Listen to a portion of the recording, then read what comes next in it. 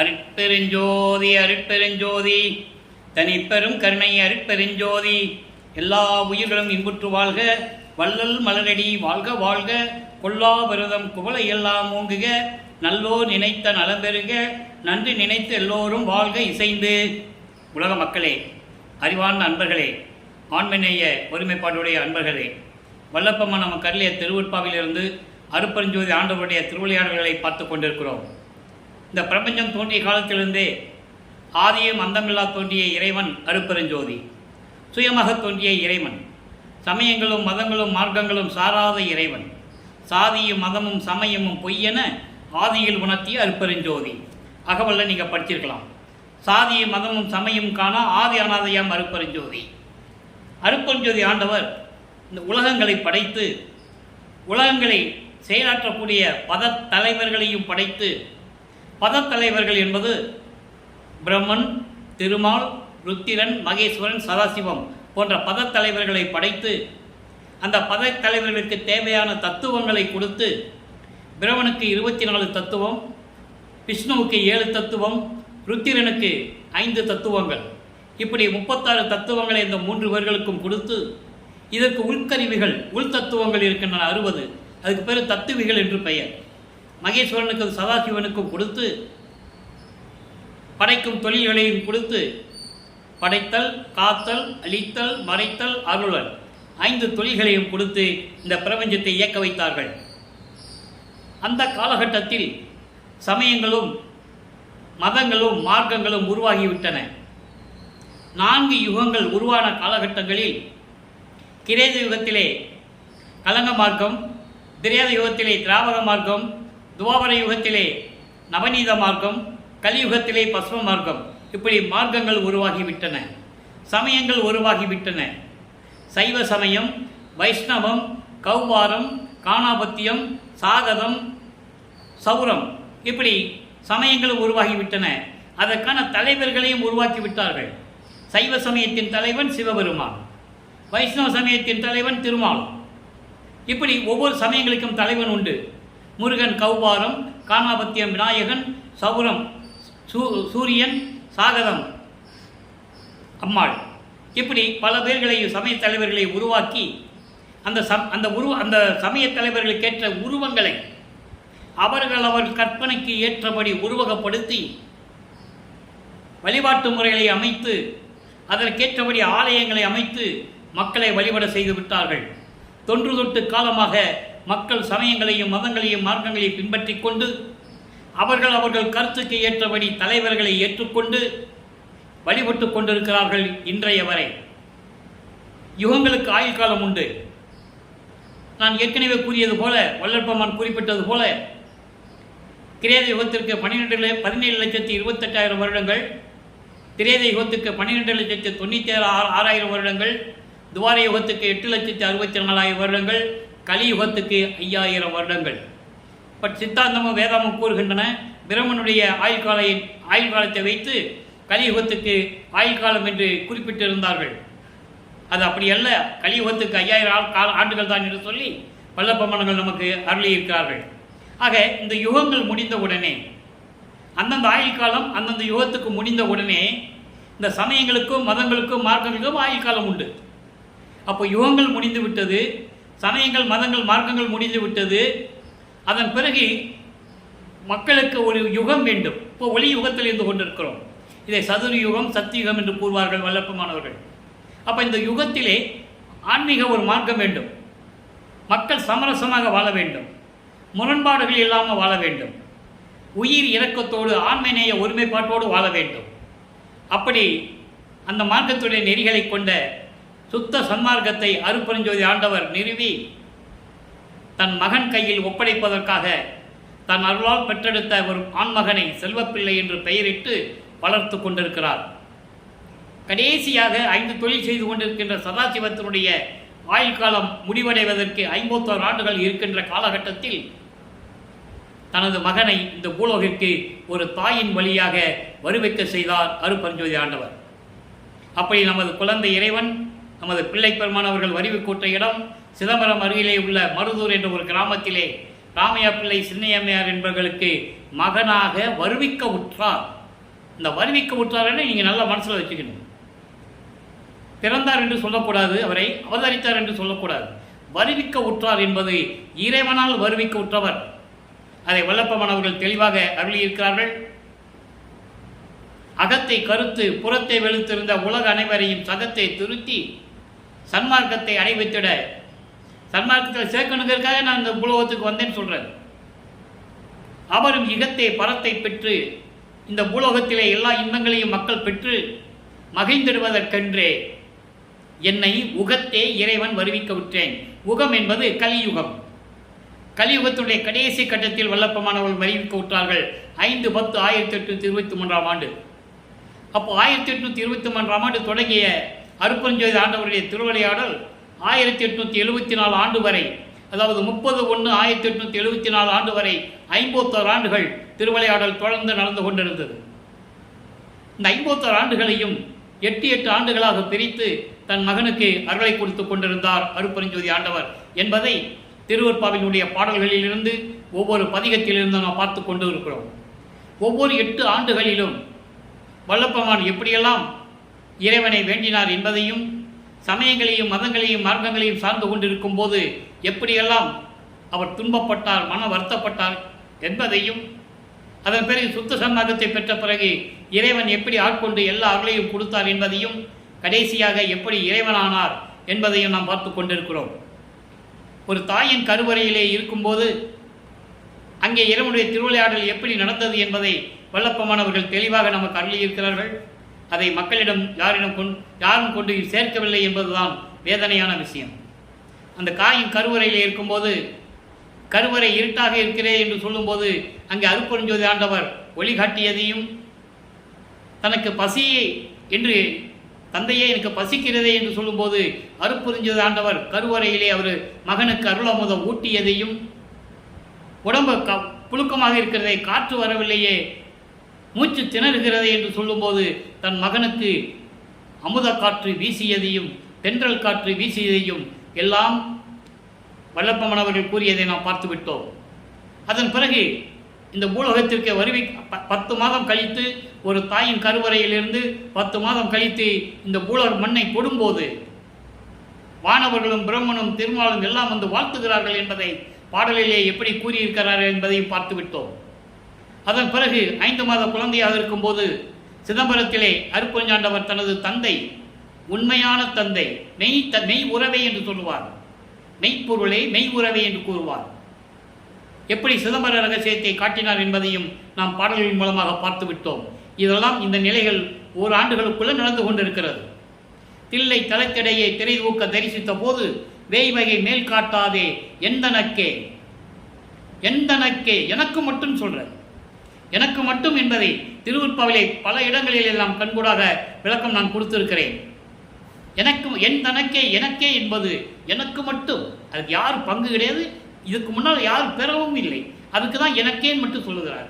என் தனக்கே வெளியாய் காட்டிய நெய் உறவாம் மெய்ப்பொருளே, உண்மையான தந்தை, உண்மையான இறைவன், இயற்கை உண்மை விளக்க கடவுள் எனக்கு சிவரகசியத்தை சிதம்பர ரகசியத்தை காட்டினார் என்று கூறுவார். அந்த நிகழ்வுகள்லாம் நடந்த பிறகு 1ஆம் ஆண்டிலிருந்து 8 ஆண்டுகளுக்குள் என்ன நடந்தது, சிதம்பர ரகசியத்தை பார்த்த பிறகு 8 ஆண்டுகள் வரைக்கும் நமது பிள்ளை பெருமானுடைய நிலை என்ன என்பதை மக்களுக்கு விலைக்கு கூற வேண்டிய கட்டாயத்தில் இந்த வள்ளலார் ஊழியன் இருந்து கொண்டிருக்கிறேன். உலகியலிலே 5 வருஷம், ஒரு 5 வருஷம் ஆன உடனே குழந்தைய கொண்டே பள்ளிக்கூடத்தில் சேர்ப்பாங்க இல்லையா? இப்போ 5 வயதுக்கு முன்னாலே ஒரு வீட்டில் சரியாக இருக்கிறது இல்லை. தெருவழியை போடுறது, காலையில் போனால் நைட்டில் தான், இரவில் தான் இரவில் தான் வர்றது, இப்படி நிலையை தொடர்ந்து கொண்டு இருக்கிறது. சரி, பள்ளிக்கூடத்தில் சேர்க்கணும்னு சொல்லி நமது பிள்ளை பெருமானவர்களை, நமது குழந்தை இறைவன் அவர்களை பள்ளிக்கூடத்தில் போய் சேர்க்குறாங்க. படிக்க அவருக்கு மனம் இல்லை. இதெல்லாம் செவி வெளிவந்த செய்திகளெல்லாம் நீங்கள் கேள்விப்பட்டிருப்பீர்கள். அதன் பிறகு 8 ஆண்டுகள் வரையிலும் அவருடைய நிலை எப்படி இருந்தது என்பதை நாம் ஏற்கனவே விளக்கத்தை கூறிவிட்டோம். அடுத்து, அதாவது 1ஆவது ஆண்டிலிருந்து 8 ஆண்டுகளுக்குள், அந்த 8 ஆண்டுகளுக்குள் எந்த விதமான நிலையும் அவருக்கு இல்லை. அதுக்கப்புறம் 9ஆவது ஆண்டில், அதாவது 2வது எட்டில் அடி எடுத்து வைப்போது 9வது ஆண்டில் இறைவன் அவர் முன் தோன்றி, மகனே, நீ என்னால் வருவிக்க உற்றவன், ஞானத்தை பெற்றுக்கொள், மற்ற அருள்களை எல்லாம் முன்பருவம் பின்பருவம் காட்டி உனக்கு அருள்வேன் என்று கூறி மறைந்து விடுகிறார். நல்லா கவனிச்சுக்கணும். ஞானத்தை கொடுத்து விடுகிறார், பாடுகின்ற சக்தியை கொடுத்து விடுகிறார், உலக ஞானம் பெற்று விடுகிறார். அதன் பிறகு அவர் சமயங்களையும் மதங்களையும் மார்க்கங்களையும் சார்ந்து கொண்டிருக்கிறார். ஏற்கனவே சைவ குலத்திலிருந்து வருவிக்க உற்றவர். அவர் வந்த காலகட்டங்களில், அவர் வருவிக்க உற்ற அந்த காலகட்டங்களில் சமயங்களும் மதங்களும் மார்க்கங்களும் தலைவிரித்து ஆடிக்கொண்டிருக்கின்றன. இவரும் சைவ சமயத்தில் பின்பற்றிக் கொண்டிருக்கிறார். சைவ சமயத்தின் அடையாளமாகிய திருநீர் பூசிக்கொள்வதும், உத்திராட்சமாலை போட்டுக் கொள்வதும், நமச்சிவாயா சிவாய நம, ஓம் சிவாயா சிவசிவா என்று சிவபெருமானை வழிபடுவதும் நல்லா கவனிச்சிக்கணும். அப்போ அவருக்கு சுத்த சன்மார்க்கம் தெரியாது, அருப்பரஞ்சோதி ஆண்டவர் தான் இறைவன் அவருக்கு தெரியாது. அந்த நிலையில் இருந்து கொண்டு அவர் எப்படியெல்லாம் இறைவனை முறையீடு செய்தார் என்பதை 1ஆம் திருமுறையிலே திருவருள் முறையீடு என்ற பதிகத்திலிருந்து 232 பாடல்களை பார்த்து விட்டோம். போக வேண்டியது, சிவபெருமானம் நினைத்து பாட வேண்டியது, எந்த விதமான அருளையும் பெற முடியவில்லை. ஒருவேளை வடிவுடையம்மனை பற்றி பாடினால் அருளை பெற்றுவிடலாமோ என்று முடிவு செய்கிறார். ஏன்னா உலகையில் ஒரு குடும்பத்தில் ஒரு குழந்தை அப்பா கிட்ட போய் எதுவும் சாதிக்க முடியலன்னா, தான் கேட்குறத அப்பா செய்யலை அப்படின்னா அம்மா கிட்ட போயிடுவாங்க. அம்மா எப்படியாவது தகப்பனை தாஜா பண்ணி நமக்கு எதாவது செய்வாங்க அப்படின்னு சொல்லி போயிடுவாங்க. அதுபோல் வடிவுடையம்மனை பற்றி பாடலாம் என்று சொல்லி வடிவுடையம்மனை பற்றி பாடுகிறார். வடிவுடை மாணிக்க மாலை உருவாகிறது. 100 பாடல்கள், ஒவ்வொரு பாடலும் அற்புதமாக இருக்கும். இன்றைக்கி 4வது பாடல். வடிவுடை மாணிக்க மாலை அதாவது வடிவுடை பற்றி பாடிய பிறகு, அந்த அம்மனை பற்றி பாடிய பிறகு மீண்டும் திருவொற்றியூருக்கு செல்லுவார். அந்த நிகழ்ச்சியை நம்ம பார்த்து கொண்டிருக்கோம். இப்போ வல்லற்பெருமான் அவர்கள் 9வது ஆண்டிலிருந்து 16 ஆண்டுகளுக்குள், அந்த 8 ஆண்டுகளுக்குள் என்ன நடந்தது என்பதை தான் பார்த்து கொண்டிருக்கிறோம். இப்போது வடிவுடையம்மனை பற்றி பாடுகிறார். நல்லா கவனிக்கணும். பொருளை அடிய புகழிடமே ஒற்றி பூரணன் கான் அருளே எம் ஆறுயிரிக்காம் துணையே விண்ணவர் புகழும் தெருளே நெஞ்ஞான தெளிவே மறைமொழி செம்பொருளே மருள் ஏத நீக்கும் ஒளியே வடிவுடை மாணிக்கமே. அம்மனை பற்றி போற்றி பாடுகிறார்.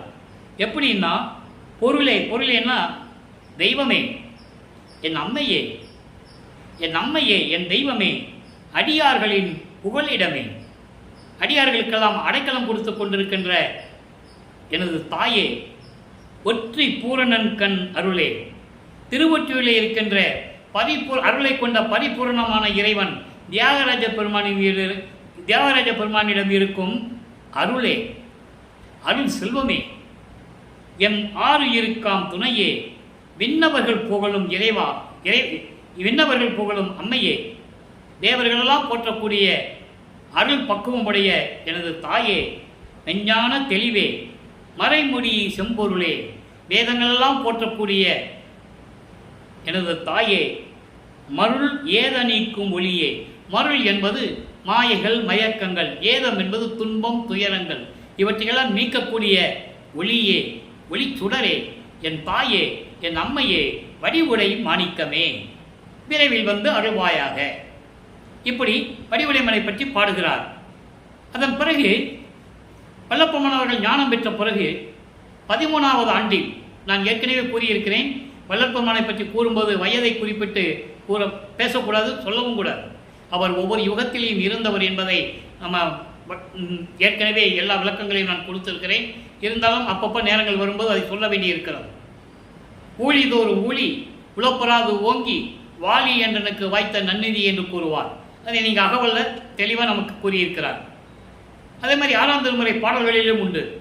ஊழிதோர் ஊழி உலவினும் அழியா உடம்பை அளித்தனன், நான் ஒவ்வொரு யுகத்தில் இருந்தாலும் நான் அழியாத நிலையில் இருந்தவன் என்று கூறுகிறார். ஊழிதோறும் ஊழி உயிர் தலைத்து ஓங்கினன் என்று கூறுவார்.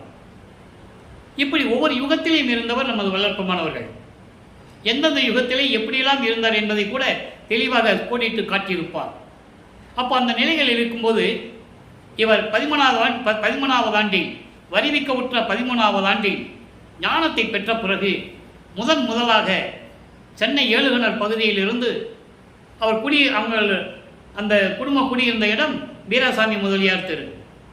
அங்கிருந்து திருவொற்றியூருக்கு நடந்து தான் செல்லணும். அப்போ நம்ம பிள்ளைப்பெருமான் அவர்கள் எங்கே சொன்னால் நடந்து தான் செல்லணும். அப்போ அவருக்கு பறக்கும் சக்தி இல்லை, நினைத்த இடத்தில் இருக்கின்ற சக்தி அப்போ அவர் பெறவில்லை. ஏனென்றால் அருட்பெருஞ்சோதியாண்டவர் தன் மகனை பக்குவப்படுத்துகிறார்.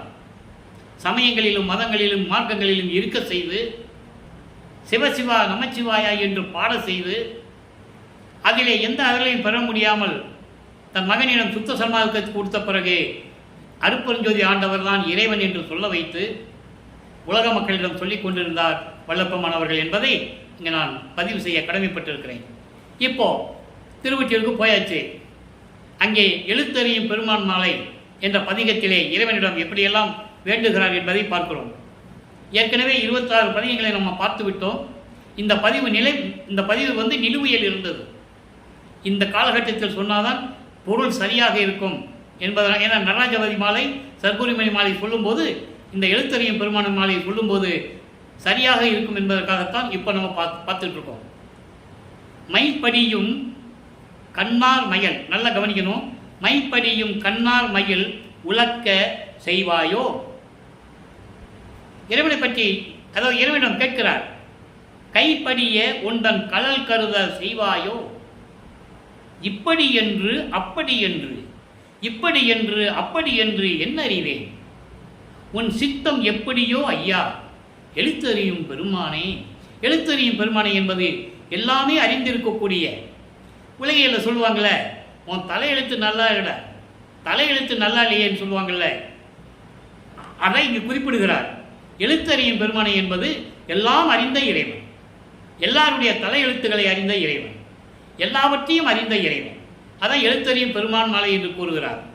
இப்போ என்ன சொல்றார் பாருங்க, மைப்படியும் கண்ணார் மயில் உலக்க, அதாவது மை தீட்டிய அழகிய கண்களை உடைய பெண்களின் காமவழியில் சிக்க வைப்பாயோ, உலக்க வைப்பாயோ, துன்பப்பட வைப்பாயோ. நல்லா கவனிக்கணும். இப்போ வல்லப்பெருமான் அவர்கள் 16வது ஆண்டில் இருந்து கொண்டிருக்கிறார். 16வது ஆண்டு என்பது உலகியலிலே எல்லாருக்குமே தெரியும். ஒரு ஆண்மகனுக்கு 16 வயசு ஆயிடுச்சுன்னா அவனுக்கு பல எண்ணங்கள்லாம் வரும். இது இயற்கை. ஒரு பெண், அழகான பெண்ணு போச்சுன்னா இந்த பெண்ணோட பேசலாமா, காதல் கொள்ளலாமா என்றெல்லாம் எண்ணங்கள் தோன்றும். அது இயற்கை. இப்போ அவர் அந்த ஆண்டில் இருந்து கொண்டிருந்ததனால் இறைவனிடம் சொல்லுகிறார், அழகிய, அதாவது மை தீட்டிய அழகிய கண்களுடைய பெண்களின் காம வலையில் என்னை சிக்க வைப்பாயா, காம வலையில் சிக்கி என்னை துன்பப்பட வைப்பாயா, கைப்படிய உந்தன் கழல் கருத செய்வாயோ, அருளுடைய உனது திருவடிகளை நினைக்கும்படி எனக்கு உள்ளத்தை கொடுப்பாயா. எப்படி சொல்றார் பாருங்க, உள்ளத்தை கொடுப்பாயா. இப்படி என்று அப்படி என்று, இதுவா அதுவா என்று எனக்கு தெரியவில்லை, நீ எதை செய்ய போறேன்னு எனக்கு தெரியல. இப்படி என்று அப்படி என்று என்ன அறியேன், இது எப்படி அது எப்படி, அப்படி செய்வாயா இப்படி செய்வாயா, அருளை கொடுப்பாயா இல்லை அதில் சிக்க வைப்பாயா என்று எனக்கு தெரியவில்லை. நான் என்ன செய்வேன், என்ன அறிவேன், உன் சித்தம் எப்படியோ ஐயா. நீ என்ன நினைக்கிறாயோ அதுதான் நடக்கப் போகுது. அது எப்படி இருக்குமோ தெரியலையே இறைவா, எழுத்தறியும் பெருமானே என்று கூறி முறையீடு செய்கிறார். ஆக வல்லப்பெருமான் அவர்கள் 2வது 8 வரைக்கும், அதாவது 16 ஆண்டுகள் வரைக்கும் இந்த நிலையில் இருந்து கொண்டிருக்கிறார். அப்போதான் 2ஆம் திருமுறை உருவாகிறது. 113 பதிகங்கள், 1207 பாடல்கள். ஒவ்வொரு பாடல்களும் ஒவ்வொரு பதிகத்திலும் அற்புதமாக இருக்கும். இதை ஏன் முதலிலிருந்து கூறுகிறோம் என்றால், இறைவனுடைய நிலையை கூற வேண்டும். புராணங்களிலும் காவியங்களில் வர திருவிளையாடல்களைப் போல கதையாகவோ கற்பனையாகவோ கோர்வையாகவோ இது சொல்ல முடியாது. ஒவ்வொரு பதிகத்திலிருந்தும் ஒவ்வொரு பாடலிலிருந்தும் அப்போ வல்லற்பெருமான் எந்த நிலையில் இருந்தார் என்பதை உலக மக்களுக்கு தெரியப்படுத்த வேண்டும். அதற்காகத்தானே திருவருட்பாவை அருளி இருக்கிறார்கள். மக்களுக்கு எப்படியாவது என்றால் ஒரு நாள் இது விளங்கும் என்று சொல்லிதான் பாடல்களை எல்லாம் அருளி இருக்கிறார்கள். அதை இந்த வள்ளலார் ஊழியன் என் தந்தை வல்லப்பமானின் ஆசி பெற்று தயவையும் கருணையும் பெற்றுக்கொண்டு உங்களிடம் சொல்லிக் கொண்டிருக்கிறேன். அப்படி எப்படி ஐயா தெரியவில்லையே எழுத்தறியும் பெருமானை என்று கூறுகிறார். ஆக வல்லப்பமான் அவர்கள் 16 ஆண்டுகள் வரைக்கும் இந்த நிலையில் இருந்து கொண்டிருக்கிறார். காலையில் எந்திரிக்க வேண்டியது, ஏழுகணர் தெருவிலிருந்து திருவொற்றியூருக்கு போயிட வேண்டியது, இரவானா நைட்டானா வர வேண்டியது, எல்லாரும் படுத்த பிறகு. அதுக்குள்ளே இங்கே என்ன தேடுவாங்க? ராமலிங்கத்தை காணமே, எங்கே போனான்னு தெரியலையே, இப்படியே செஞ்சுக்கிட்டு இருக்கானே, சுற்றிக்கிட்டு இருக்கானே, வருத்தப்படுவாங்க இல்லையா? குழந்தைய பற்றி வருத்தப்படுவாங்க இல்லையா? அப்போது இவர் வந்த உடனே ஏழை திட்டுவாங்க இல்லையா? எங்கடா போனேன், காலையில் எந்திரிச்சு போனேன், இப்போ ஊர் சுற்றிட்டு வர, எங்கே போனேன் அப்படின்னு சொன்னால் இவர் சொல்ல முடியாது. நான் இறைவன் மகன், இறைவனால் வருவிக்கப்பட்டவன் சொல்ல முடியாது. தெரியும், சொல்ல முடியாது, சொல்லக்கூடாது. அப்போது அதெல்லாம் தாங்கிட்டு இருக்காரு. அப்போ ஒரு மனசு எவ்வளோ கஷ்டப்படும். சும்மா இருந்தாலும் இருந்திருக்கலாம். என் மகன் சொல்லிட்டு அவர் மறைஞ்சிட்டாரு. இப்போ மகன் சொல்லிட்டு இவர் வெளியே சொல்லவும் முடியாது. எல்லா ஏளன பேச்சுகளையும் கிண்டல்களையும் கேலிகளெல்லாம் தாங்கிக் கொண்டு மனம் புண்பட்டு கொண்டிருக்கிறார். இப்போ 3வது எட்டில் அடி எடுத்து வைக்கிறார். 24 17வது ஆண்டிலிருந்து 24 ஆண்டுகளுக்குள் என்ன நடந்தது என்பதை 3ஆம் திருமுறையிலிருந்தே பார்த்து விட்டோம். 3ஆம் திருமுறை 19 பதிகங்கள், 235 பாடல்கள். ஒவ்வொரு பதிகத்தினுடைய சுருக்கத்தை கூற வேண்டிய கடமை இருக்கிறது.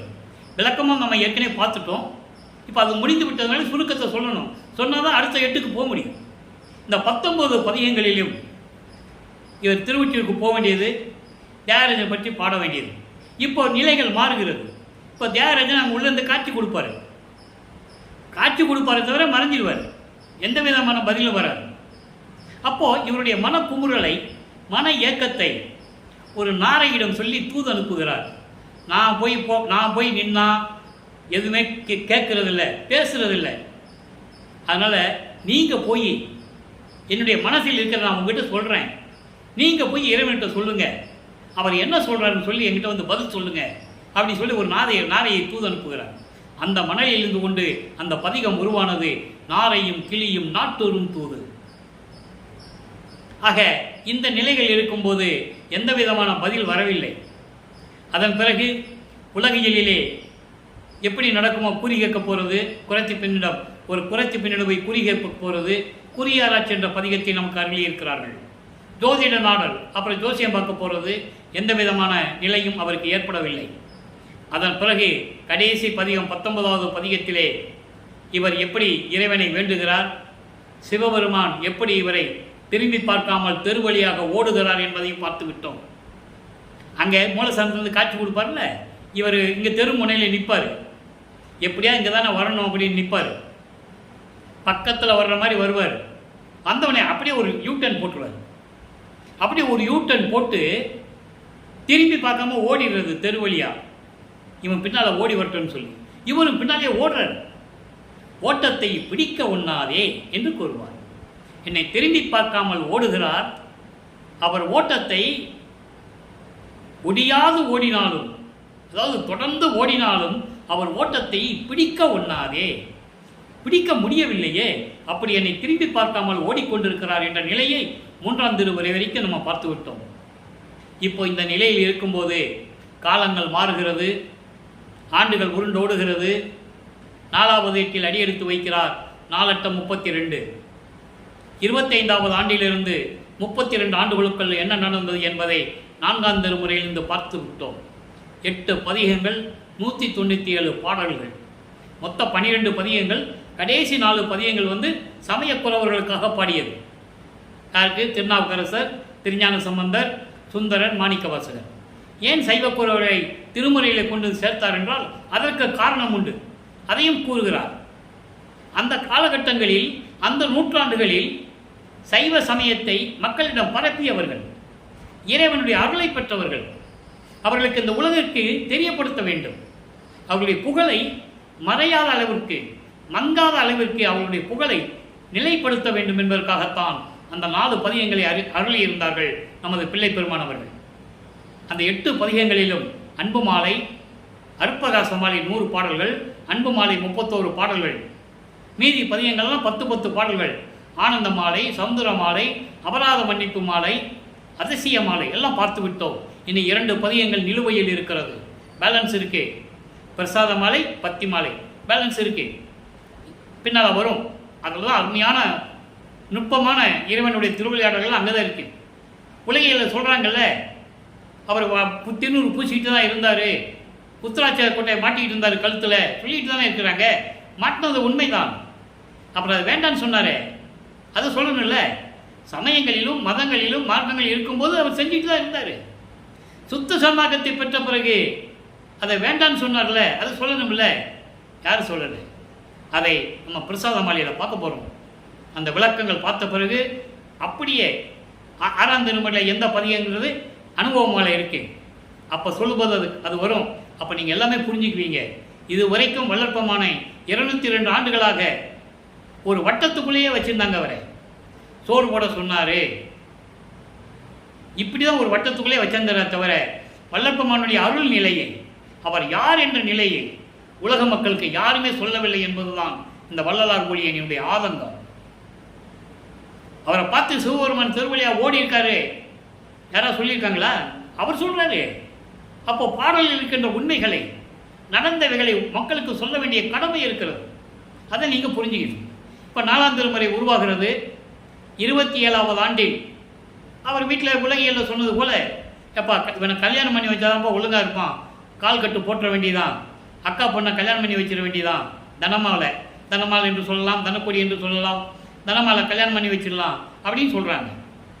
அப்போது இவர் வேண்டான்னு சொல்கிறார். அது ஒரு திருவிளையாடல். வேண்டான்னு சொல்லணும், சொன்ன உடனே ஒத்துக்கிடக்கூடாது. அப்போது உலகியல் எனக்கு இஷ்டம் இல்லை, இல்லற வாழ்க்கையில் எனக்கு இஷ்டம் இல்லைன்னு அவர் சொல்கிறாரு. இவன் எப்படி சொன்னால் கேட்க மாட்டான். திருவொற்றியூரில் ஒரு சாமியார் ஒருத்தர் இருக்கார், ராமலிங்கன் ஒருத்தர் இருக்கார், அவர்கிட்ட கூட்டு போவோம். அந்த ராமலிங்கம் யார்? அருப்பெருஞ்சோதி. அவரை தான் அருப்பெருஞ்சோதி ஆண்டவர். அப்பா கிட்ட பெர்மிஷன் வாங்கணும்ல, அதனால் இங்கே முடியாதுன்றார் இவர். இது உலகியல்ல இது மற்றவர்களுக்கு தெரியாது. ஆனால் இந்த நிலைகள் எல்லாம் உலக மக்களுக்கு சொல்லணும். அப்போ தான் இறைவனுடைய திருவிளையாடல் தெரியும். நான் சொல்கிறது உங்களுக்கு புரிஞ்சிருக்குன்னு நினைக்கிறேன். சாமியார்ட்டு கூட்டு போனாங்கன்னு சொன்னாங்கல்ல, அந்த சாமியார் யார்? பாடலில் சொல்கிறாரு, எங்கள் அப்பா நீ சொல்லி தானே நான் கல்யாணம் பண்ணேன்னு சொல்லுவார் ஒரு பாடலில். நீ சொல்லி தானே எல்லாமே செஞ்சேன்,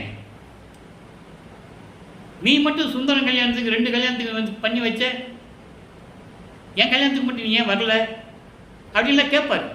நீ சொல்லி தான் நான் தாலி கட்டினேன் அப்படின்லாம் பாடலில் கேட்பார். அந்த விளக்கத்தில் நம்ம பார்த்துட்டோம்.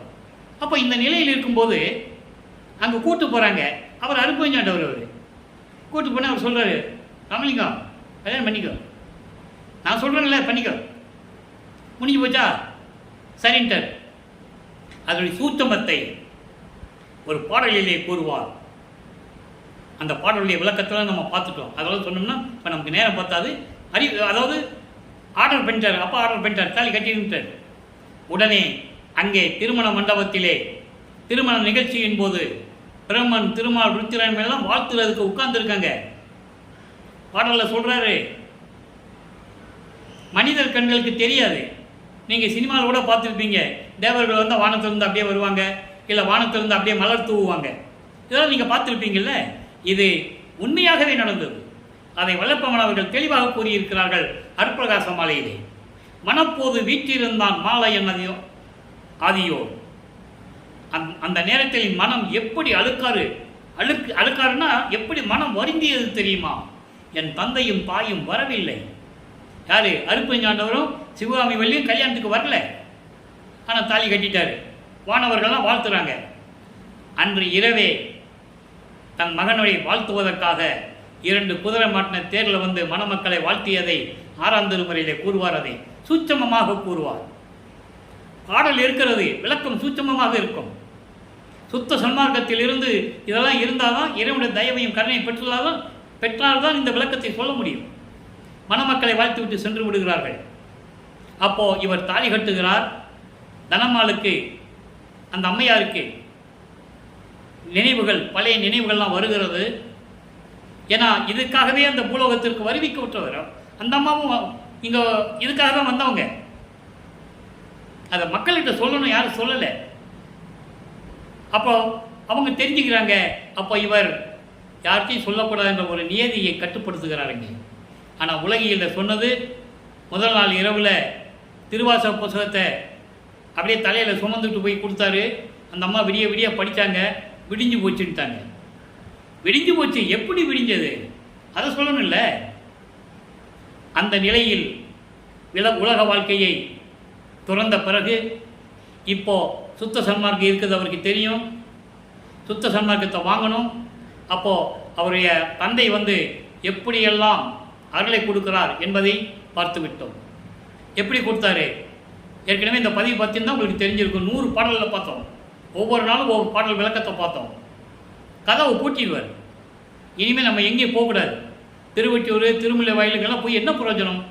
நடந்து நடந்து கால் தான் வலிக்குது, அதனால் போகக்கூடாதுன்னு சொல்லி கதவை பூட்டிடுவார், தாப்பா போட்டுருவார். இவ்வளவு அற்புதமான இடங்கள்லாம் திருவொற்பால் இருக்குது தெரியுமா? இவர் தாப்பா போட்டுருவார். ஆனால் மனசுக்குள்ள சொன்னதை வெளியே பாடலில் சொல்லுவார். எப்படி? மனமே இங்கே பாரு, ஒருத்தன் வாசலில் நிற்கிறான், கையில் காப்பு வச்சுக்கிட்டு என்னை ஏமாத்துறதுக்கு நிற்கிறான். இப்போ நான் கதவை திறந்தேன்னு வச்சுக்கோ, அவன் உள்ளே வந்துடுவான். வந்த உடனே நீ இரட்டை தாப்பா போட்டு பூட்டிருன்னு சொல்லுவார். மகன் உள்ளத்தில் ஓடுகின்ற அந்த கருத்து இறைவனுக்கு தெரியும். விண்ணுலகத்திலிருந்து பூலகத்துக்கு வராரு, அவருக்கு புரிஞ்சு போச்சு இவன் கதவை சாத்திட்டான், நம்ம உள்ளே போனோம்னா நம்ம கதவை சாத்தி உள்ளே போட்டுருவான். இன்னும் 19 வருஷம் பாக்கி இருக்கு. ஏன்னா 32 வருஷம் தான் முடிஞ்சிருக்கு, இன்னும் 19 வருஷம் பாக்கி இருக்கு. அப்போது கதவை திறந்து ஒரு காலை உள்ளே வச்சு ஒரு காலை வெளியே வச்சு நிற்பார். மகனே இங்கே வா, உனக்கு அருளை கொடுக்கணும் வான்னு சொல்லி ஒவ்வொரு பாட்டிலையும் எப்படி அருளை கொடுத்தாருன்னு சொன்னார். அதாவது ஏமசக்தி, சாகா கல்வியும் சுத்த சன்மார்க்கமும் அருப்பெருஞ்சோதியும் அங்கே போய் வாங்கணும், மணிமுடி சூட்டணும். மற்ற சக்திகளை இங்கே வாங்கிட்டார். ஏம சித்தியை வாங்கிட்டாரு. தத்துவ சித்தினா அப்படியே பறந்து செல்றது, அண்டங்களை கடக்குது, பறந்து செல்றது. ஒவ்வொரு பாட்டையும் நம்ம பார்த்துட்டோம். அப்போது இந்த சக்தியெல்லாம் கொடுக்கறதுக்கு அவர் வராரு. ஏன்னா மகன் அங்கே வர சொல்லணும். அதுக்காக வருகிறார். ஒரு காலை உள்ளே வச்சு ஒரு காலை வெளியே வச்சு மகனை கூப்பிடுறாரு. இவர் உள்ளே வாண்டுறாரு. அவர்களை அதெல்லாம் வர முடியாது, நீ வா. அவருக்கு தெரியும்ல, போனால் உள்ளே சாத்திடுவான்னு. அப்போது என்ன அருளை கொடுத்தாருன்றது ஒவ்வொரு பாடலையும் நம்ம பார்த்துட்டோம். பாக்கி என்ன இருக்குது நல்லா கவனிக்கணும். சாகா கல்வியை தன் மகனுக்கு சொல்லித்தரணும், சுத்த சன்மார்க்கத்தை தரணும். அப்போது இந்த நிலையில் இருக்கும்போது வல்லப்பமன் உலகியலை திறந்துட்டார், முக்காடு போட்டார், சமயங்களையும் மதங்கள் மார்க்கங்கள் நெறிகளை விட்டுட்டார், திண்ணூறு பூசுவதை வேண்டாம் விட்டுட்டார், புத்தராட்சி மலையை தூக்கி எறிஞ்சிட்டார். இனிமேல் தேவையில்லை. ஏன்னா சுத்த சன்மார்க்கத்துக்கு முக்கிய தடைகள் அது தெளிவாக விண்ணப்பத்தில் கூறியிருக்கிறார். நீங்கள் படித்து பார்த்து எல்லா ஆதாரங்களும் திருவொற்பால் உண்டு, யாரும் மறுக்க முடியாது. திருவொற்பால் இருக்கின்ற உண்மைகளின் விளக்கத்தை இந்த வள்ளலார் வழியை கூறிக்கொண்டிருக்கிறேன். இறைவனுடைய அருளை பெற்று தயவையும் கருணை பெற்றுக்கொண்டு 6 திருமுறைகளுக்கும் விளக்கம் எடுத்துக்கொண்டு இதை நான் உங்களுக்கு கூறிக்கொண்டிருக்கிறேன். அப்போ இந்த நிலையில் இருக்கும்போது உலக விடயங்களை துறந்து விட்டார். உலக விடயங்கள் பன்னாசை பெண்ணாசை பொன்னாசை விட்டாச்சு. சரியை கிரியை யோகம் 12 நிலைகளை கடந்து விட்டார். ஏற்கனவே சொன்னது போல சரியை என்பது அதாவது எந்த சமயத்தினர் இருந்தாலும் சரி அவங்களுடைய தலைவர்களை உருவகப்படுத்தி உருவ வழிபாடு செய்வது. அதன் பிறகு அந்த உருவங்களுக்கு வேள்வி வளர்த்து மந்திரம் சொல்லி வழிபடுவது கிரியை. அதன் பிறகு யோக நிலை. சமயங்களுக்கும் மதங்களுக்கும் ஒவ்வொருத்தங்களுக்கும் ஒரு யோக நிலை இருக்கு. சைவத்தில் இருக்கிறவங்க எப்படி யோக நிலையில் இருப்பாங்க, வைஷ்ணவ சமயத்தில் இருக்கிறவங்க எப்படி யோக நிலையில் இருப்பாங்க, ஒவ்வொரு சமயத்துக்கும் கட்டுப்பாடுகள் இருக்கிறது. அப்போ அந்த நிலைகள்லாம் விட்டு விட்டார். 12 நிலைகளை கடந்து விட்டார். உலகப்பற்றுகளை விட்டு விட்டார். சமயங்கள் மதங்கள் மார்க்கங்களை ஒதுக்கிட்டாரு. இப்போ தத்துவங்களை கடந்து சென்று கொண்டிருக்கிறார். இப்போ வல்லப்பமன் அவர்கள் 5வது எட்டில் இருந்து கொண்டிருக்கிறார். 33வது ஆண்டிலிருந்து 40 ஆண்டுகளுக்குள் என்ன நடந்தது என்பதை பார்த்து விட்டோம். இப்போ சுத்த சன்மார்க்கத்தை வாங்குறதுக்கு மேலே போனார். தத்துவங்களை கடந்து அண்டங்களை கடந்து பறந்து சென்று கொண்டிருக்கிறார். அண்டங்களை கடந்து சென்று கொண்டிருக்கிறார். அங்கே சுத்த சமஞான வெளிக்கு சென்று கொண்டிருக்கிறார். அதான் 16வது நிலை. பன்மார்க்கம் கடந்தேன் என்று சின்னம்படி 12 மேல் இருந்து சின்னம்படி. இந்த 12 நிலைகளை விட்டுட்டாரு. 12 மேல் என்பது 13வது நிலை. அதான் ஞானசரியை. ஞான சரியை, ஞான கிரியை, ஞானத்தில் யோகம், ஞானத்தில் ஞானம். இந்த ஞானத்தில் ஞானம் இருக்கிறத 16வது நிலை, அதான் கடவுள் நிலை அறிந்து அம்மைய மாதம், சுத்த சிவஞான வெளி. அங்கே தான் அருப்பஞ்சாண்டவர் இருக்கிறார். சத்தியஞான சபை அங்கே தான் இருக்குது. அதே சத்தியஞான சபை தான் இங்கே நிறுவனது வளர்ப்பவர்கள் என்பதை நான் இங்கே பதிவு செய்ய கடமைப்பட்டிருக்கிறேன். அதை நம்ம பின்னால் பார்ப்போம். இப்போ 5வது வீட்டில் இருக்கும்போது அங்கே பறந்து சென்று கொண்டிருக்கிறார். அங்கே மகனை வரவேற்கிறார். மகனை வரவேற்று அருப்பஞ்சாண்டவர், மகனை இந்த ஆடைகள் எல்லாம் கலைந்து விட்டு புனித நீராடி பட்டாடை அணிந்து அணிகலன்களை அணிந்து மங்கள கோலத்துடன் வருவாயாக, உனக்கு மணிமடம் சூட்ட வேண்டும், மணிமுடி சூட்ட வேண்டும் என்று கூறுகிறார். அதே போல வளர்ப்பமானவர்கள் மங்கள கோலத்துடன் வந்து அமர்கிறார். சிம்மாசனத்திலே அமர்கிறார். அமர்ந்தவுடனே தன் மகனுக்கு மணிமுடி சூட்டுகிறார். இதை விளக்கங்கள்லாம் திருவுற்பாவில் இருந்த விளக்கங்களை எல்லாம் பாடல்களை எல்லாம் நாம் பார்த்து விட்டோம். அந்த நிலைகள்லாம் நம்ம கடந்து வந்துட்டோம். சாகா கல்வியை கற்றுக்கொள்ளுகிறார். ஆனால் இங்கே இருக்கிறவங்க என்ன சொன்னாங்க, மனைவிக்கு தாலி கட்டிட்டு அப்படியே விட்டுட்டு எங்கேயோ போயிட்டார். எப்படி தாலி கட்டிட்டு பொண்டாட்டியை இங்கேயே விட்டுட்டு எங்கே போனாருன்னு தெரியல, எங்கேயோ போயிட்டார். இங்கே சொன்னது உலகியல் செய்தி. புரியுதா உங்களுக்கு? அது அப்படி அல்ல. பாடல்களில் அவரே கூறியிருக்கிறார், தத்துவங்களை தனித்தனியாக கடந்தேன், 36 தத்துவங்கள், 60 தத்துவிகள், தத்துவாதீத நிலையில் சித்திகள் முழுதும் தெரிந்தேன், அவை மேல் சிவநிலை தெரிந்திட சென்றேன். அவரே சொல்றாரு. ஏன் நீ மக்கள்கிட்ட சொல்லல? மூச்சுக்கு மூச்சு படிக்கிறீங்கல்ல, விளக்கத்தை மக்கள்கிட்ட சொல்லணும்ல. அப்பா அவர் ஏற்கனவே சுத்த சன்மார்க்கம் வாங்குறதுக்கு மேலே போயிட்டு இருக்காரு. சொல்றாரு, நான் எங்கே போனேன்னு சொல்றாரு. சரியை கிரிய யோக நிலையில் எப்படி கடந்தேன்னு சொல்றாரு. அனுபவ மாலையில் நம்ம பார்க்க போகிறோம். அப்போ இந்த நிலையெல்லாம் கடந்து சுத்த சன்மார்க்கத்தை பெற்ற பிறகு மறுபடியும் தந்தையிடம் விடைபெற்றுக் கொண்டு தந்தை சொல்லுகிறார், மகனை பூலோகத்திற்கு சென்று வா, இன்னும் ஆண்டுகள் இருக்கிறது என்று சொல்லி மகனை பூலோகத்துக்கு அனுப்பி விடுகிறார். அப்போதான் இங்கே கருங்குழியிலே உறைவிடமாக கொண்டிருக்கிறார். இடையிலே நடந்த செய்திகள் எல்லாம் உண்டு, செவியிலே வந்த செய்திகள் உண்டு. இவர் சிதம்பரம் சென்றதாகவும் அங்கே பரசுராமனை பார்த்ததாகவும் பரசுராமன் அங்கே இருக்க வெங்கட ரெட்டியாரிடம் சொன்னதாகவும் இவன் என் தம்பி கல்யாணம் பண்ணி வச்சான், வாழ முடியாமல் வந்துட்டான், நீங்கள் உங்கள் வீட்டில் கொண்டு போய் வச்சுக்காங்கன்னு சொன்னதாகவும் செய்திகள் உண்டு. உண்மையாக கூட இருக்கட்டும், அந்த விளக்கத்துக்குள்ளே நம்ம போக வேண்டாம். அதன் பிறகு உறைவிடமாக கொண்ட பிறகு கருங்கோலிலே 9 ஆண்டுகள் இருக்கிறார். 9 ஆண்டுகளில் அருப்பஞ்சாண்டவரை இவர் கூப்பிடுறது, அவர் விண்ணுலகத்திலிருந்து நேராக தெருவழியாக வந்து, எப்படிப்பட்ட இடம் தெரியுமா கருங்குழி? ஒரே வரியில் சொல்லி முடித்து விட்டார்கள், தண்ணீரால் விளக்கரித்த இடம். உண்மைதான், உண்மைதான், இல்லை என்று சொல்ல முடியாது. எப்படி தண்ணீரால் விளக்கரித்த இடமானாச்சுன்னா, அந்த அம்மா எங்கேயோ வெளியே போகிறாங்க. முத்தாள் அம்மா, வெங்கட ரெட்டியாருடைய மனைவி முத்தாள் அம்மா எங்கேயோ போகும்போது, சாமி விடிய விடிய விளக்கு எரியுமே, எண்ணெய் எடுத்து வச்சுட்டு போகலாமேன்னு சொல்லி ஒரு செம்பை எண்ணெய் நினச்சி தண்ணியை கொண்டு வந்து வச்சுருவாங்க. நல்லா புரிஞ்சுக்கணும் நீங்கள். அந்த அம்மா வைக்கும்போது இவருக்கு தெரியும் செம்பில் தண்ணி தான் இருக்கிறேன்னு. ஆனால் சொல்ல முடியாது, என்னம்மா செம்பில் தண்ணி இருக்குன்னு சொல்ல முடியாது. கருங்குழியில் இருக்கும்போது எல்லா அருளையும் பெற்று விட்டார். 2 தான் பாக்கி. அருப்பெருஞ்சோதியை வாங்கணும், திருவருள் செங்கோலட்சியை வாங்கணும், இவர் வந்து அருப்பஞ்சாண்டவர் வந்து மகனோட கலந்துக்கணும். இதுதான் பாக்கி இருக்கு. இது எல்லா அருளையும் கருங்குழியில் இருக்கும்போதே பெற்று விட்டார். அப்போது அந்த அம்மா வைக்கும்போதே தெரியும் செம்பில் தண்ணி தான் இருக்குன்னு. இவர் சொல்ல முடியாது. அந்த அம்மா வச்சுட்டு போயிட்டாங்க. ஏங்க, இவர் தண்ணி ஊற்றினாலும் எண்ணெய் ஊற்றினாலும் இவர் இருக்கும்போது ஊற்ற வேண்டிய அவசியம் இல்லை. அது இறைவனே இருக்கிறாருங்க. அதை நீங்கள் புரிஞ்சுக்கணும். அப்படி தான் வளர்ப்பமா நீங்கள் மனசில் ஏற்றுக்கணும். அப்போது மறுநாள் காலையில் அந்த அம்மா வந்து சொல்கிறாங்க, அங்கேயே நினைக்கிறாங்க, ஐயோ எண்ணெய் வச்சனா தண்ணியை வச்சனான்னு தெரியலையே அப்படின்னு சொல்லிட்டு மறுநாள் காலையில் வந்து கேட்குறாங்க, சாமி என்ன நினச்சி தண்ணியை வச்சுட்டு போயிட்டேனே, எப்படி விளக்கு எரிஞ்சது அப்படின்னு கேட்குறாங்க. இவர் சொல்கிறார், அப்படியாம்மா எனக்கு தெரியலம்மா, என்னன்னு நினச்சி நான் ஊற்றுனேன், எரிஞ்சது. எல்லாம் இறைவன் செயல். முடிஞ்சு போச்சா? எல்லாமே இறைவன் செயல். எனக்கு தெரியாதம்மா, நீங்கள் என்னன்னு சொன்னீங்க, நான் எடுத்து ஊற்றுனேன், விளக்கு எரிஞ்சது. முடிஞ்சிடுச்சா?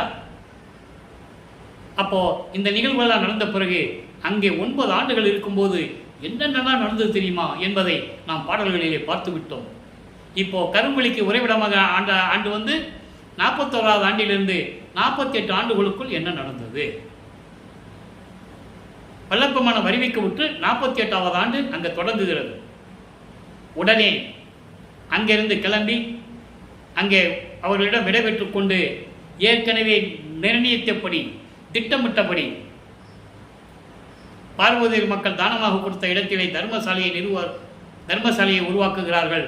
23/5/1867 ஆண்டு ஒரே நாளிலே தர்மசாலையை நிறுவி அன்றே அணை அடுப்பை மூட்டி பசியோடு வருகின்றவர்களுக்கு பசியை நீக்கி கொண்டிருக்கிறார் நமது இறைவன் வல்லப்பெருமான் அவர்கள்.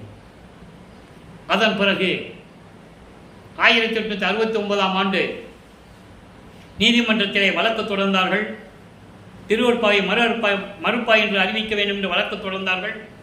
அதையெல்லாம் வென்று இங்கே கருங்குழி இங்கே தர்மசாலையிலே இருக்கும்போது உத்தரஞான சிதம்பரம் மாலை உருவாகியது.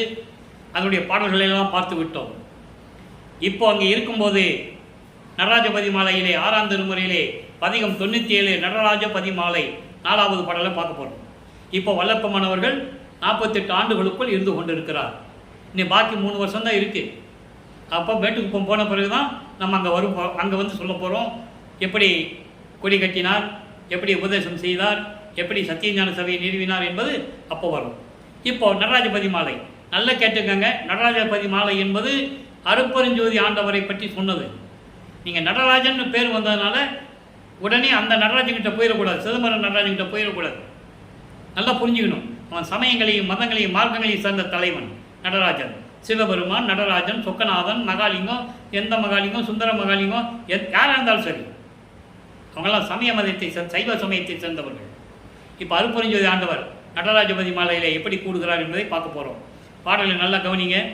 முதல்ல பாடலை படிச்சிடுறேன், அப்புறம் விளக்கம் வரும். மெய் தளைய உள்ளம் குளிர்ந்து வகை மாறாது, மேன்மேல் கலந்து பொங்க, விச்சை அறிவு ஓங்க, என் இச்சை அறிவு அனுபவம் விளங்க. அன்பர்களே, பாடலை சொன்னாதான் அதில் இருக்கிற உண்மை மக்களுக்கு புரிய வைக்க முடியும். கதையை சொன்னால் மக்கள் நம்ப மாட்டாங்க. புரியுது உங்களுக்கு? அதனால தான் பாடலை சொல்லி அந்த பாடலுக்கு விளக்கத்தை சொல்கிறது. அனுபவம் விளங்க அறிவிக்கு அறிவாகி உய் தலைவு அழித்து எல்லாம் வல்ல சித்தது தந்து உவட்டாது உள் ஊறி ஊற்றி எழுந்து என்னையும் தானாக்கி. இந்த என்னையும் தானாக்கின்னு சொல்றதுக்கு இவ்வளவு தூரம் சொல்றாரு. இறைவனை சொல்லணும், இறைவனுடைய திருவிளையாடலை சொல்லணும், இவர் பெற்ற அருளையும் சொல்லணும். நல்லா புரிஞ்சுக்கணும். நீங்கள் என்னையும் தானாக்கி என் உள்ளே உள்ளபடி உள்ள அமுதே. இந்த 4 வரைக்கும் ஒரே பொருள். அதுக்கப்புறம் 4 வரி இருக்குது. அதாவது மெய் தலைய என் உடல் சிறந்து விளங்க அப்படின்னு சொல்லும்போது என்னது? முத்தேகம் பெற்றதை கூறுகிறார். சுத்த தேகம், புரண தேகம், ஞான தேகம் பெற்றதை கூறுகிறார். இவற்றையெல்லாம் கொடுத்து மெய் தலைய, மெய் என்ன? உடம்பு. என்ன உடம்பு? முத்தேகம். அவெல்லாம் தலங்க உள்ளம் குளிர்ந்து என் உள்ளம் மகிழ்ந்து வகை மாறாது. இந்த பக்கமும் அந்த பக்கமும் இல்லாமல், அதாவது சமயங்களையும் மதங்களையும் மார்க்கங்களையும் சாராது, வகை மாறாது, அந்த நெறிகளை பின்பற்றாது, சுத்த சன்மார்க்கத்தை பெற்ற பிறகு அதான் வகை மாறாது.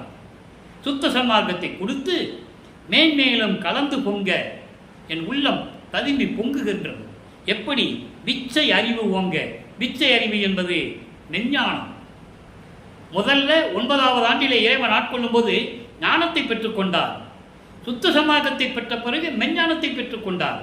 மெஞ்ஞானம் என்பது வேறு, ஞானம் என்பது வேறு. மெஞ்ஞானம் என்பது முக்காலத்தையும் உணரக்கூடியது. அப்போ மெஞ்ஞானம் அறிவு ஓங்க என் இச்சை அறிவு அனுபவம் விளங்க. நான் விருப்பப்படி பெற்ற இந்த அருள்களின் அனுபவம் எல்லாம் விளங்க அறிவுக்கு அறிவாகி உய் தலைவு அளித்து மேம்பட்ட நிலையை அளித்து கடவுள் நிலையை அளித்து எல்லா வளம் சித்ததும் தந்து எல்லா சித்துகளையும் கொடுத்து உவட்டாது. ஓட்டாது திகட்டாமல் என் உள்ளம் ஊறி திகட்டாது ஊற்றெழுந்து எனக்கு பேரின்பத்தை கொடுப்பதை சொல்லுகிறார். எனக்கு பேரின்பத்தை கொடுத்து என்னையும் தானாக்கி நானும் நீயும் ஒன்றுதான் என்ற நிலையை உருவாக்கி. நிறைய இடத்துல சொல்வாரு, நானும் நீயும் ஒன்றென நல்கிய ஜோதியன்னு சொல்லுவாரு மெய்யருள் வியப்பில். அப்போது நான் ஆனான், தான் ஆனான், நானும் தானுமானான் என்று சொல்லுவார். அந்த விளக்கத்தில் நம்ம பார்த்துட்டோம். அப்போ என்னையும் தானாக்கி என்பது நம்ம இரண்டு பேரையும் ஒன்றாக்கி, நீயும் நான் என்ற வேறுபாடு இல்லாமல், துவைதம் இல்லாமல் அத்வைதம். அத்வைதம் என்பது ஒன்றாக இருப்பது. நீயும் நானும் வேற இல்லாமல் என் உள்ளே உள்ளபடி உள்ள அமுதே, உள்ளபடி என் உள்ளத்தில் இருந்து கொண்டிருக்கின்ற இறைவனை, அருட்பெருஞ்சோதியே. ஆக இறைவனை பற்றியும் சொல்லுகிறார், இறைவனை பெற்ற அருளையும் சொல்லுகிறார். நல்லா புரிஞ்சுக்கணும் நீங்க. அதுக்கடுத்து சொல்ற பாருங்க, கைதலைய வந்த வான்கனியை, அதாவது உள்ளங்கையில் கிடைத்த இறைவனை என்று சொல்லுகிறார்.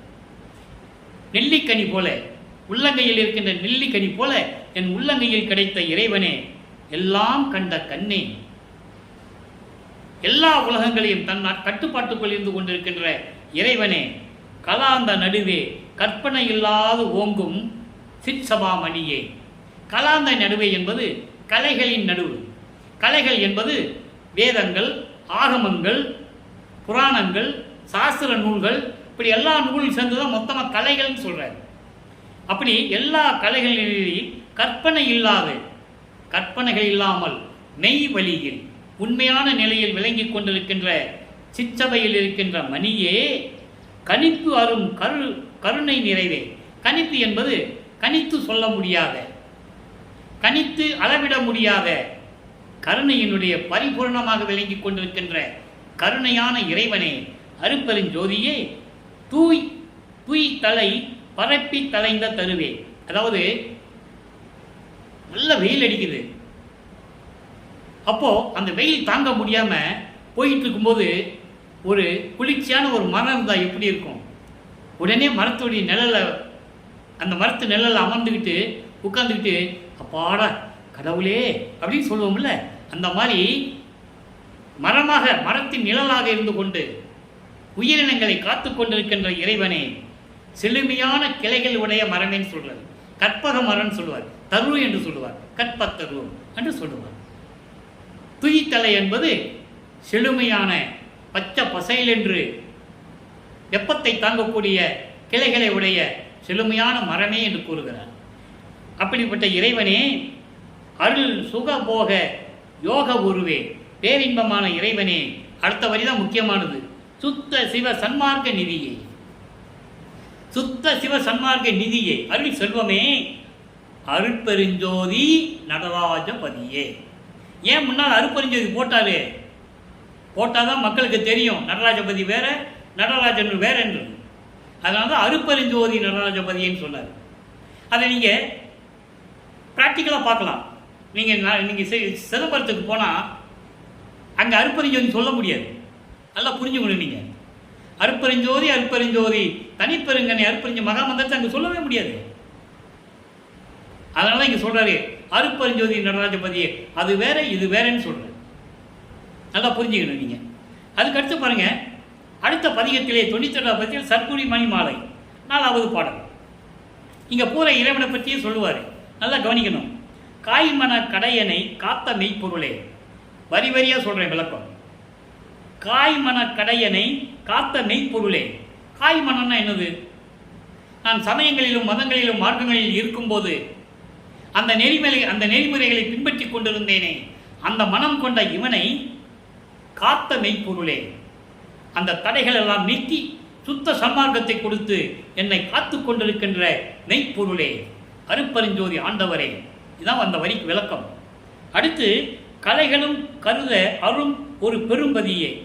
அங்கே கலாந்தம் சொன்னார்ல நடராஜபதி மலையில், கலாந்தம் நடுவே சொன்னார்ல, இங்கே குறிப்பிட்டு சொல்லுகிறார். கலைகளும் கருத அரும் பெரும்பதியே. வேதங்களும் அகங்களும் இந்த மற்ற நூல்கள் எல்லாம் நினைக்க முடியாத இடத்தில் அரிய பொருளாக விளங்கி கொண்டிருக்கின்ற ஒரு பெரும்பதியே. எப்படி சொல்ற பாருங்க, ஒரு பெரும்பதியே, அருட்பெருஞ்சோதியே, தேய்மதி சமையருக்கு அரிய ஒன் சூடரே. நல்லா கவனிக்கணும், அற்புதமான வரி இது. தேய்மதி சமையருக்கு. தேய்மதினா என்ன? முழு நிலவு பார்த்தா அழகாக இருக்கும். அப்போ அந்த பௌர்ணமி போன உடனே அந்த சந்திரன் அப்படி கொஞ்சம் கொஞ்சமாக தேஞ்சிக்கிட்டே வரும், தேய்பிறையாகும். அதுபோல அறியாமையில் இருந்து கொண்டிருக்கின்ற அற்ப அறிவில் இருந்து கொண்டிருக்கின்ற இந்த சமயர்கள் இருக்கிறாங்கல்ல, சமயத்தை சேர்ந்தவர்கள், அவர்களுக்கு அறிய முடியாத நிலையில் இருக்கின்ற, ஒப்பற்ற நிலையில் இருக்கின்ற அருட்பெருஞ்சோதியே, அதை ஒன் சுடரே என்று சொல்கிறார். அப்படிப்பட்ட இறைவனே, சித்தெல்லாம் வல்ல ஒரு சத்திய குருவே, ஆய்மதி பெரியவர்கள் அமர்ந்த சிற்பரமே, மெஞ்ஞான அறிவுடைய இறைவனே, மெஞ்ஞான கடவுளே. சிற்பரம் என்பது மெஞ்ஞான கடவுள். அம்பலத்து ஆடல் செய்யும் செம்பதத்து அரசே, தாய் மதிப்பு அறியதோர் தயவுடை சிவமே, தனி நடராஜன் சற்குரிமணியே. தாய் மதிப்பு என்பது தாய்க்கு தான் அளவில்லாத அன்பு இருக்கும். அதைவிட ஒப்பற்ற நிலையில் இருக்கின்ற அருட்பெருஞ்சோதியே, தயவுடைய பொருந்தையே, தனி நடராஜன் சொல்றாரு. நல்லா கவனிச்சுக்கணும். இங்க சொல்றாருல்ல, அங்க அருட்பெருஞ்சோதி நடராஜபதின்னு சொல்லுவாரு. சத்குரி மாணவர்களே, தனி நடராஜன். சிதம்பரத்தில் இருக்கிற நடராஜன் இல்லை, இவர் தனி நடராஜன், அருட்பெருஞ்சோதி. அப்படி இருக்கின்ற இறைவனை என்று கூறுகிறார். இப்போ தனித்திரளங்கள் என்ற பதியத்தில் பாருங்க, 24வது பாடல். கருணாநிதியே, கருணை உள்ளம் கொண்ட அருள் செல்வமே, அபயம் கனிந்த அருள் நாடகனே. அதாவது அபயம் கனிந்தனா அடைக்கலம் கொடுக்கக்கூடிய அருள் நாடகனே, திருவிளையாடல் செய்து கொண்டிருக்கின்ற இறைவனே, உனக்கு நான் அடைக்கலம். மருள் நாடும் உள்ள கவலை ஒளிப்பாய், என் மண்மனத்து பொல்லல் பிள்ளைகள் பொறுத்து. நான் சமயங்களிலும் மதங்களிலும் ஏற்பட்ட அந்த பிள்ளைகள் அவற்றெல்லாவற்றையும் மன்னித்து, அதில் பதிந்த தவறுகளை எல்லாம் மன்னித்து, கொடுமைகளை எல்லாம் மன்னித்து, என் உள்ளத்தில் இருக்கின்ற கவலையெல்லாம் நீக்க வேண்டும் இறைவனே, அருட்பெருஞ்சோதியே என்று கூறுகிறார். அதுக்கடுத்து மெய்யறில் வியப்பு என்ற ஒரு பதிகத்திலே 20வது பாடல் பாருங்க, ஒரு அற்புதமான பாடல். விதுவும் கதிரும் இதுவென்று அறியும் விளக்கம் இன்றியே. விதுவும் கதிரும், விது என்றால் சந்திரன், கதிர் என்றால் சூரியன். எது சந்திரன் எது சூரியன், அவர்களுடைய செயல்பாடுகள் என்ன, அதனுடைய செயல்பாடுகள் என்ன, இது என்று அறியும் விளக்கம் இன்றி. இது இப்படிதான் அது அப்படிதான் என்ற விளக்கம் கூட எனக்கு தெரியாது. அப்படி இருந்து விழித்து மயங்கினேன் பால். அப்படி நான் மயங்கிக் கொண்டிருக்கின்ற நேரத்தில் பெரிய கருணை ஒன்றியே. அதாவது நான் சமயங்களிலும் மதங்களிலும் மார்க்கங்களில் இருக்கும்போது, இது சந்திரன் இது சூரியன், இது எப்படி, அதனுடைய குணாசியங்கள் என்ன, அது எப்படிப்பட்டது என்ற நிலை எனக்கு தெரியாமல் இருந்த காலகட்டங்களில் என்னை ஆட்கொண்டு சுத்த சன்மார்க்கத்தை கொடுத்து, எனக்கு கருணையையும் கொடுத்து, கருணை உள்ளத்தோடு அதுவும் அதுவும் இது என்று எனக்குள் அறிய காட்டினாயே. இது சந்திரன், இது சூரியன், இது அது, அது இது என்ற விளக்கத்தை எனக்கு காட்டினாயே. அடியேனை வளர்க்கின்றாய் நல் அமுதம் ஊட்டியே. நல்லா கவனிக்கணும். அப்பப்போ அவருக்கு அருள் அமுதம் கொடுக்கணும். மதிமண்டலத்தை அவருக்கு உள்நாக்கு வழியே அமுதம் சுரக்கும். நல்லா புரிஞ்சுக்கணும். அவருக்கு பசி என்பது இல்லை, உறக்கம் என்பது இல்லை. அப்போ இப்படியெல்லாம் சொல்றாருல்ல. இப்போ சந்திரன் என்னன்னா சூரியன் என்னன்னு விளக்கம் கொடுக்குறாரு. இது எந்த அகராதியிலையும் எந்த விளக்கத்தையும் யாரும் தந்திருக்க முடியாது என்று நான் கருதுகிறேன். ஏனென்றால் இது அண்டங்களை பொறுத்தது. அண்டங்களிலே அகம் அகப்புறம், புறம் புறப்புறம் உண்டு. அதே போல பிண்டங்களுக்கும் அகம் அகப்புறம், புறம் புறப்புறம் உண்டு. அப்போ சூரியன் என்ன நிலையில் இருந்தார்? அகம் என்பது அக்கினி, அகப்புறம் என்பது சூரியன். அப்போ அந்த அக்கினியுடைய நிழல் தான் சூரியன் பெற முடியும். அக்கினிக்கு அப்புறம் தான் சூரியன். அப்போ சூரியன் யாருன்னு சொல்லி கொடுத்துட்டார் அப்பா மகனுக்கு. சூரியன் அக்கினி என்பது என்ன? அருட்பெருஞ்சோதி. அருட்பெருஞ்சோதியை ஒளிவிட்டு தான் சூரியன் ஒளிவிட முடியும். அகப்புறம் சூரியன், புறம் சந்திரன், புறப்புறம் நட்சத்திரங்கள். சூரியனிலிருந்து ஒளிபெற்று தான் சந்திரன் ஒளிக்க முடியும், ஒளி தர முடியும். ஆக்க மூலதானம் என அருட்பெருஞ்சோதி. இதெல்லாம் எனக்கு அது அது இது இது என்று அறிவு காட்டிய அருட்பெருஞ்சோதி என்று கூறுகிறார். எவ்வளவு அற்புதமான நிலைகள் பாருங்க. அடியேனை வளர்க்கின்றாய் என்று கூறுகிறார். இப்போ அம்பலவாணர் வருகையில் 86, 87 பாடல், இதெல்லாம் அப்படியே கண்டினியூட்டி. ஒவ்வொரு பதியத்துக்கும் எப்படி இறைவனுடைய திருவிளையாடல் நடக்குது, அருளை எப்படி பெற்றுக்கொண்டார், எப்படி விளக்கங்கள் தன் மகனுக்கு தருகிறார் என்பதை பார்க்கிறோம். சூரியன் என்ன, சந்திரனா என்ன, அகம்னா என்ன, அகப்புறம்னா என்ன, புறம்னா என்ன, புறப்புறம் என்ன, நல்லா புரிஞ்சுக்கணும். நீங்கள் இந்த நிலையில் இருக்கும்போது நீங்களே நீங்கள் நடைமுறை வாழ்க்கையிலே பாருங்களேன், பகலில் சூரிய வெளிச்சம், இரவு சூரியனிடமிருந்து வெளிச்சத்தை பெறுகிறது சந்திரன், சந்திரனிடமிருந்து வெளிச்சத்தை பெறுகிறது நட்சத்திரங்கள்.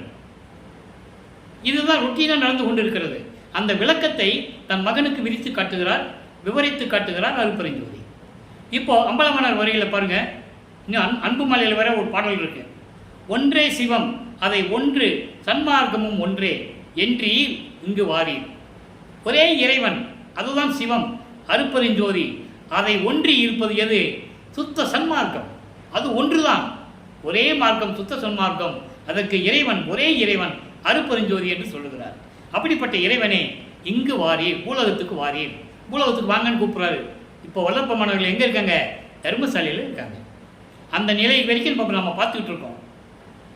அப்புறம் ஒப்பார் இல்லீர், ஒப்பார் இல்லீர் உமக்கு இப்பாரில் பிள்ளை நான். உனக்கு ஒப்பார் யாரும் இல்லை, உனக்கு நிகர் யாரும் இல்லை. ஆனால் நான் யாரு? உனக்கு பிள்ளை. இப்பாரில், இந்த பூலோகத்தில் உனக்கு நான் பிள்ளை, பிள்ளை என்றே சொல்லுகிறார். ஏன் இதை மக்களுக்கு சொல்லக்கூடாது? அவர் பிள்ளை தான் போய் இவருன்னு சொல்லணும். யார் சொல்லலை? ஒப்பாரி அல்ல கான் வாரி. நான் ஒப்பாரி இல்லைன்னா நான் ஒன்றும் ஒப்பாரி வைக்கல, நான் ஒப்பாரி ஒன்றும் வைக்கல. உன் பிள்ளை நான் எதுக்கு ஒப்பாரி வைக்கணும்? நான் எதுக்கு கூச்சல் இடணும்? அதனால பூலோகத்தை சீக்கிரம் வா, முப்பால் கடந்தீரே வாரி. இங்கே முப்பால் என்பது முக்காலங்கள் அல்ல. முப்பால் என்று 3 நிலைகள் இருக்கிறது. அதாவது சிவப்பால், சீவப்பால். சீவப்பால் என்பது சீவன். அதுக்கடுத்து பாருங்க வியோமப்பால். வியோமப்பால் என்பது பரவெளி. மாயப்பால், மாயப்பால் என்பது சிவவெளி. அதாவது ஜீவவெளி, பரவெளி, சிவவெளி. இந்த 3 வெளிகளை சொல்லுதான் முப்பால். வாழைப்பழம் வருதல் அந்த இல்லு முப்பால். இந்த 3 விளக்கங்களை இங்கே தருகிறார். இப்போ பாருங்க அனுபவ மாலை, நல்லா கவனிங்க. முதல்ல பாடலை சொல்லிடுறேன், அப்புறம் நான் விளக்கம் சொல்லிடுறேன். இச்சையெல்லாம் வல்லதுரை என்னை மனம் புரிந்தார், தன்னை தோழியாகவும், அதாவது மனதில் தோழியாகவும், இவரை தலைவியாகவும், மனைவியாகவும், இறைவனை கணவனாகவும் வர்ணனை செய்து இந்த பாடலை அருளியிருக்கிறார்கள். அனுபவ மாலை 3 பாடல்களை கொண்டது. ஒவ்வொரு பாடலும் அற்புதமாக இருக்கும். இச்சையெல்லாம் வல்லதுரை என மனம் புரிந்தார், நான் செய்த தவம் யார் செய்தார், இது கேள் என் தோழி. எச்சமயத்தேவரையும் சிறு துரும்பு என்றேனும் எண்ணுவேனோ, புண்ணியரை என்னும் மனத்தாலே. பிச்சு என நினைத்தாலும் நினையடி நீ, அவரை பிரிவோனோ பிரிவு என்று பேசுகினும் தரியேன். பிச்சை நடம் கண்டேன், நல்லா கவனிக்கணும். பிச்சை நடம் கண்டேன், நான் நடம் கண்டால் பேயும் விட துணியாது என்பார்கள், என் விளைவு உரைப்பது என்னே. இது பாடல். இந்த பாடலை விளக்கம் பாருங்க. அதாவது எல்லா இச்சைகளையும் அருள் வல்லமைகளை கொண்ட இறைவனை என்னை ஆட்கொண்டார், மணந்து கொண்டார்னு சொல்லுகிறார். தன்னை ஒரு பெண்ணாக சொன்னியதனால் மணந்து கொண்டார்னு சொல்லுகிறார். என்னை ஆட்கொண்டார், நான் செய்த தவம் யார் செய்திருக்க முடியும்? நான் சொல்லுவதை கேள் என் தோழி. உள்ளத்திடம் சொல்லுகிறார், உலக மக்களிடம் சொல்லுகிறார். நான் சொல்லுவதை கேளுங்கள் உலக மக்களே. இறைவன் என்னை ஆட்கொண்டார்.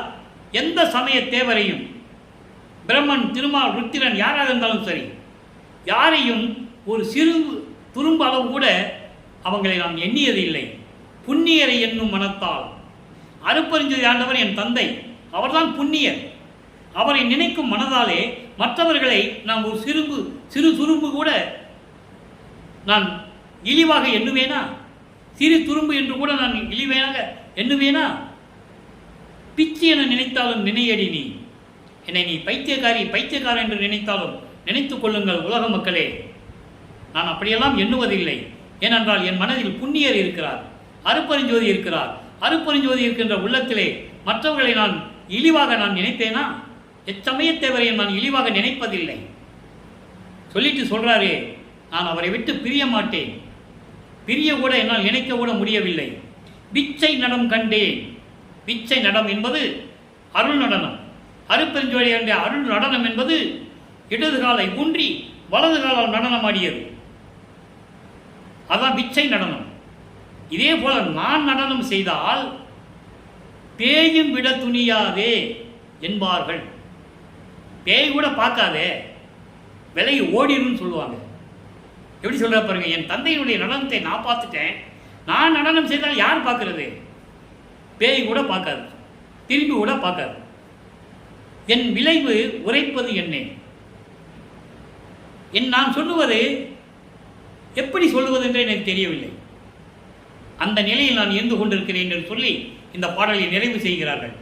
அனுபவ மாலையிலே எப்படி தான் பெற்ற அனுபவங்களை, இறைவனிடம் பெற்ற அனுபவங்களை, இறைவனுடைய திருவிளையாடலை, இவருடைய அருள் நிலையை எல்லாம் விலைக்கு கூறுவதுதான் அனுபவ மாலை. எனவே அன்பர்களே, இன்று பார்த்த திருவிளையாடல் பதிவு தங்களுக்கு புரிந்திருக்கும் என்று நான் கருதுகிறேன். நீங்களும் அருட்பெருஞ்சோதியை வணங்கி தீப ஒளிபாடை ஏற்றி நீங்கள் வழிபட்டு அருட்பெருஞ்சோதி அருட்பெருஞ்சோதி தனிப்பெருங்கனி அருட்பெருஞ்சோதி என்ற மகாமந்திரத்தை உச்சரித்து இறைவனுடைய அருளை பெற்றுக்கொண்டு இந்த உலகத்திலே நீங்கள் நோயற்ற வாழ்வில் வாழ்வாங்க வாழ வேண்டும் என்று வாழ்த்தி இந்த வளரால் ஊழியன் விடைபெறுகிறேன். மீண்டும் நாளை சந்திப்போம். நன்றி, வணக்கம். அருட்பெருஞ்சோதி அருட்பெருஞ்சோதி தனிப்பெரும் கருணை அருட்பெருஞ்சோதி. நாளையும் இறைவனுடைய திருவிளையாடல் தொடரும். கண்டு மகிழ்ந்து இறைவனுடைய அருளை பெற்றுக்கொள்ளுங்கள்.